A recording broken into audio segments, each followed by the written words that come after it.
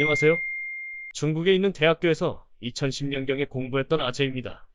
중국으로 유학 온 학생들은 전부 외국인 전용 기숙사에 살거나 아니면 외부에 따로 집을 구해서 살게 되는데 저는 단기 유학으로 갔기 때문에 그냥 기숙사에 살았습니다.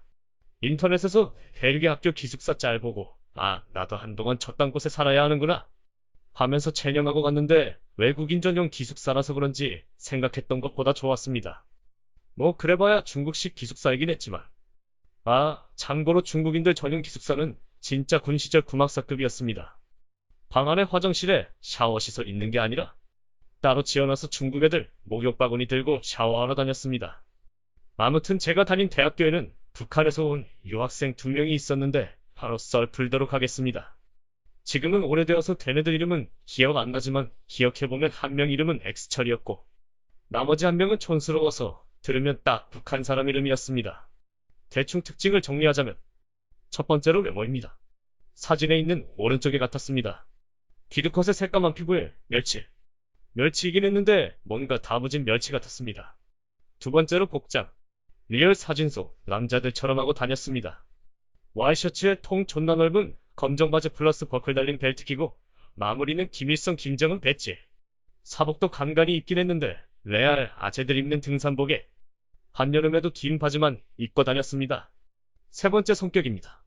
솔직히 대화를 그렇게 많이 하지는 않아서 걔네들 진짜 성격은 모르겠습니다. 둘 중 한 명은 내성적인 것 같았고 나머지 한 명은 좀 활달한 성격 같았습니다. 언제 어딜 가든 항상 2인 1조로 지네들끼리만 어울려 다니고 아마도 서로 감시하기 때문에 그런 듯 합니다.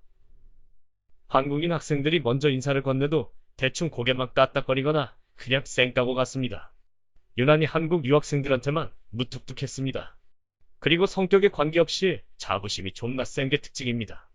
제가 친화력 갑이라 남들이랑 쉽게 친해지는데 한 3번 정도 걔들이랑 친하게 지내보려고 먼저 말도 걸고 노력해보다가 그냥 족같아서 포기했습니다.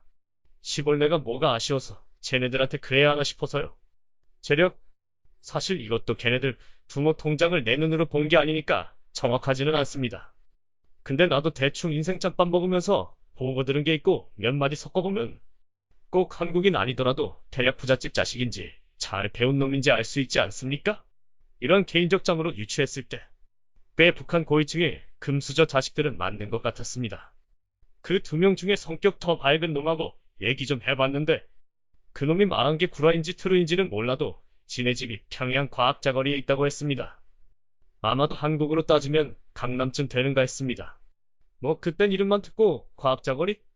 크크크크 속으로 존나 웃었는데 지들 기대랑은 달리 내가 별로 안 놀라는 표정 보이니까 나한테 어이 형씨, 한번 과학자거리라고 찾아보시라오.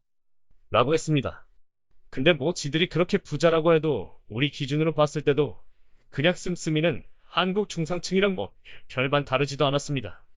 제가 금수저가 아니라 명품은 잘 몰랐는데 시계는 황금색 롤렉스 차고 다니더군요. 그 외 잡설도 풀자면 북한 여자애들 만나보고 싶어서 소개해달라고 했다가 까였습니다. 아마도 북경에 한 서너 명이 있는 것 같았습니다. 걔 중 한 명이 영화 좋아한다길래 내가 USB 이것저것 한국 영화 가득 담아서 건네주니까 갑자기 계정색하더니 도망가더라고요. 쫄보새 크크. 2명이서 휴대폰 1개 같이 쓰던데 그것도 후식 폴더폰. 일주일에 한 번은 꼭 북한 대사관 방문해서 무슨 보고를 했습니다.